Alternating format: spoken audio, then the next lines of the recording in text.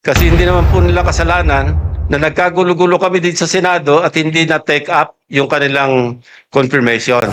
The law is the law. Kasi maliwanag po yung sinasabi naming batas. Wala po tayong personalan dito. Wala nga silang kasalanan, but somebody is at fault here. And then we have now a problem with. So dito naman tayo sa mga kaganapan sa Senado mga kabayan. Meron na naman pong mainit na sagutan sila Senator Rodante Marcoleta at Senator Ping Lacson sa plenaryo ng Commission on Appointments sa confirmation ng appointment ng mga opisyal ng AFP mga kabayan. What's po natin ang kaganapan sa Senate Committee ng National Defense mga kabayan? Morning, Lieutenant General Peralta. Tama po ba na ang birthday ninyo is May 14, 1970? Yes, sir. Which was last month. Yes, sir. Meaning to say you already reached the age of 56 and you were bypassed upon seeing the adjournment of Congress on June 3. Is that correct? Yes. Yes, sir. As a matter of fact, this circumstance also applies to the rest of your colleagues, namely Vice Admiral Alan M. Javier, whose birthday is May 16, 1970. Major General Isagani Criste, birth date is April 21, 1970. Brigadier General Naisforo Diaz, birth date May 5, 1970. And Brigadier General Rose Mawate Remo, April 24, 1970. Meaning to say, the five of you, General, already reached the age of 56. And everyone was bypassed upon the Senate adjournment of Congress last June 3, 2026. That is a fact, sir. And are you aware of Republic Act 11939? Yes, sir. Republic Act 11939 amended Republic Act 11709. You're familiar with that. Do you know why I am citing this particular law, General? Yes, sir. Why? We are less than 1 year, sir. Yes, you are correct. Section 2 of Republic Act 11709, which is now Section 1 of 11939, last paragraph, says that to be eligible for appointment or promotion to the grade of Brigadier General or Commodore O-07 or higher, except for positions under sections 2A and 2B, the officer must have at least 1 year remaining of active service before compulsory retirement. And would you say that you lack at least 1 year remaining of active service before your compulsory retirement? Yes, sir. We were ordered to come here, sir, and we are directed to appear before the commission appointments. And so therefore, it only means that the five of you may no longer be eligible for reappointment in view of the prohibition under Section 1 of Republic Act 11939. Am I correct, sir? Yes, sir. Thank you. Thank you, Mr. Chair. Thank you, Honorable Marcoleta. Honorable Senator Ping Lacson is recognized. Yes, Mr. Chairman.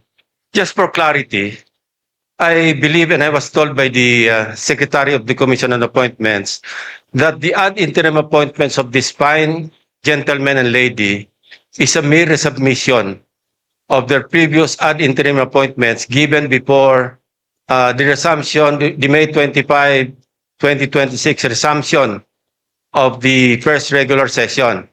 And since this is a special session, it is a continuation of the first regular session. Therefore, hindi pa po sila pasok do sa one-year ban.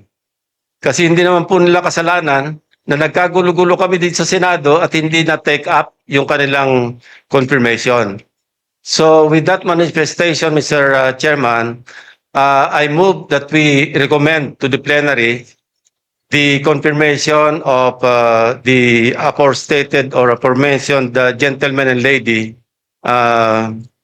in plenary. I so move, Mr. Chairman. There's, yes, Honorable Rizon Taveros. Second the motion, Mr. Chair. Any objection to the motion duly seconded? Mr. Chair, Yes, Honorable Albano is recognized. Mr. Chair, Your Honors, on the part of the minority, we place on record our full support for the confirmation of the 5 generals and flag officers of the Armed Forces of the Philippines, whose appointments are now under consideration. These officers have rendered long and distinguished service to the nation. As such, the minority supports the favorable confirmation of their appointments and commends their dedication and sacrifices in their service to the Filipino people. Mr. Chair, as the acting minority floor leader, on behalf of the minority and the Filipino people, we interpose no objection to their confirmation. Thank you, Mr. Chair. Thank you, Honorable Albano. Honorable Bongo is recognized.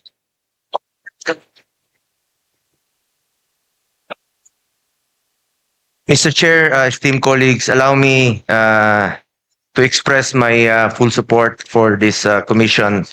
As this commission gives its consent to the well-deserved appointments of the senior officers of the Armed Forces of the Philippines. These officers have demonstrated professionalism. Opo, sir. Ano lang, support lang po. Manifestation lang po. These officers have demonstrated professionalism, dedication, and unwavering commitment to their duties in safeguarding our nation's sovereignty, protecting our people, and upholding the Constitution. Wala na po akong katanungan sa kanila. And in fact, itong dalawa, no, si Vice Admiral Alan Madrid Javier, Lieutenant General Edmundo Peralta are mga tanglaw diwa, class of 92. Their years of service, leadership, and sacrifice reflect the highest ideals of military service and have earned them the trust and confidence of their fellow servicemen.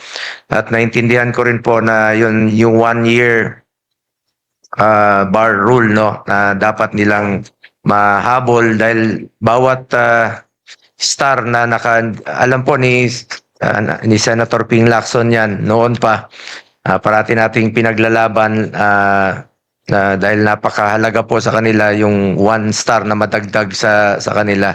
Yan po yung dala-dala na nila hanggang sa kanilang pagtanda. At maraming salamat rin po Senator Ping sa mga suporta mo noon sa sundalo.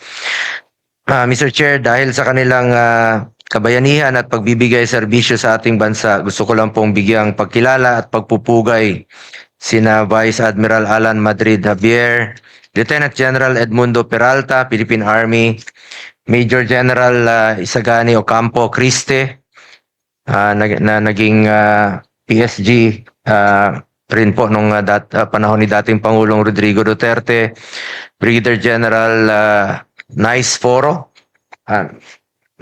no? Medrana Diaz Jr., Philippine Army, and Brigadier General Rosa Mawate Remo, women in uniform. Ma'am, sa panahon ng banta sa seguridad, sakuna at iba't pang hamon sa kapayapaan at kaayusan, sila ay naninindigan at naglingkod ng buong katapatan sa iba't ibang tungkulin at responsibilidad na kanilang ginagampanan. Napatunayan ng mga opisyal nito ang kanilang kakayahang mamuno at maglingkod. Panahon ng pandemya, panahon ng giyera sa Marawi, bagyo, lindol, baha, patuloy kayo nagtatrabaho para sa ating mga kababayan. At maalala ko po, nung panahon ni dating Pangulong Rodrigo Duterte, pinaglaban natin na madoble po ang sahod ng entry position ng military at lahat po ng uniform personnel dahil po yan sa inyong sakripisyo para sa bayan at hindi po natin mararating itong kinaroroonan natin kung hindi po dahil sa inyo. As our first line of defense, your continued courage and commitment are vital to defending our country's honor, rights, and future. We also call on you to remain steadfast in protecting our sovereignty. Maraming salamat po sa inyong dedikasyon, sakripisyo at walang katulad na serbisyo sa ating mga kababayan. Wala po akong katanungan kung hindi nagbibigay lang po ako ng full support dito sa ating hearing sa Commission on Appointments. Dati naman po akong membro dito since 2019. At hindi po matutumbasan ang inyong kontribusyon sa bayan. Pero meron lang po akong paalala sa ating Armed Forces of the Philippines. Unahin lagi ang interes ng bayan. Unahin po lagi ang interes ng bawat Pilipino. Mabuhay po kayo. Maraming salamat po. Thank you, Mr. Chair. Senator Bongo. Yes, Honorable Marcoleta. Mr. Chair, I did not get proper explanation on the concern that I raised before this committee. I don't think we are in a position to violate an existing law. What I heard is an assumption that was passed on to the secretary of this commission. Somebody presumed that the appointment made last year is supposed to be continued. May I ask the secretary to explain that if that assumption is correct? And if that assumption is enough to override the clear provision of the law? Honorable Lacson. Again, I'd like to clarify, hindi po last year. Before May 25, 2026, yung nag-resume tayo ng first regular session. Kasi nag-break tayo.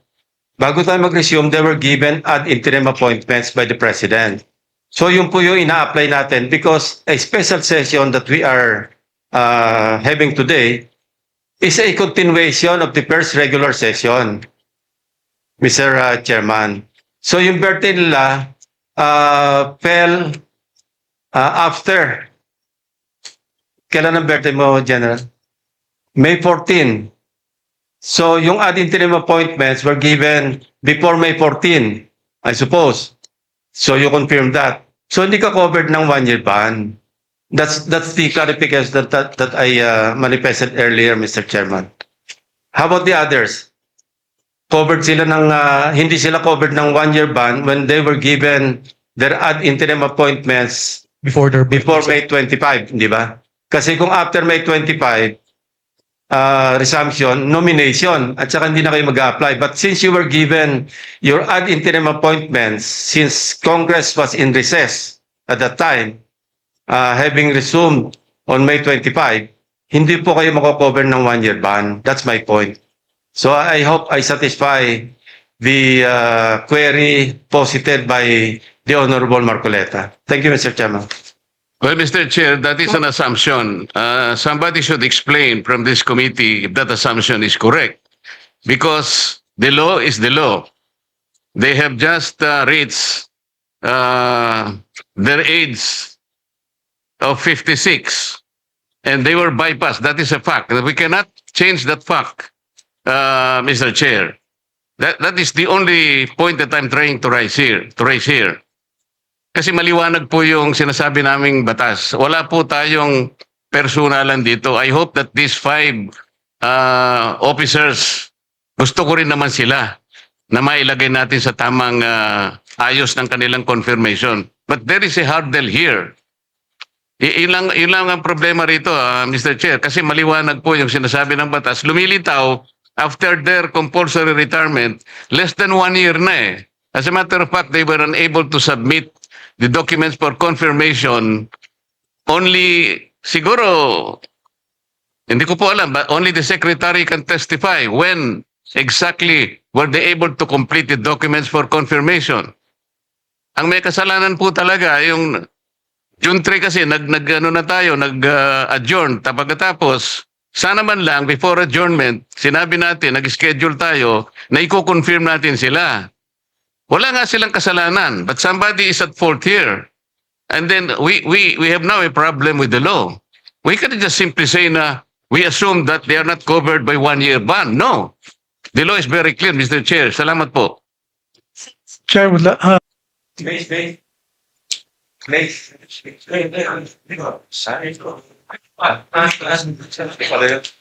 na?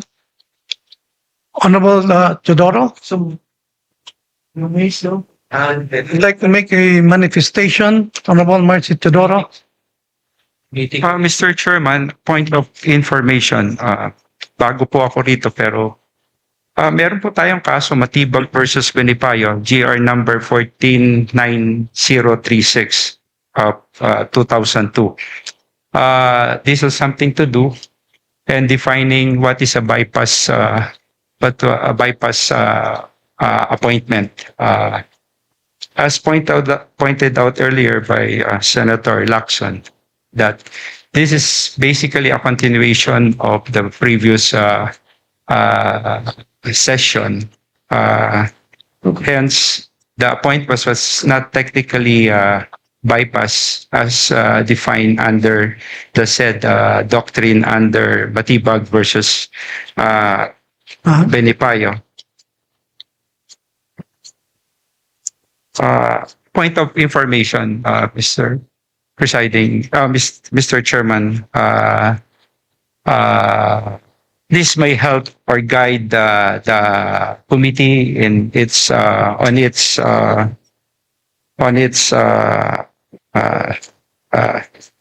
decision.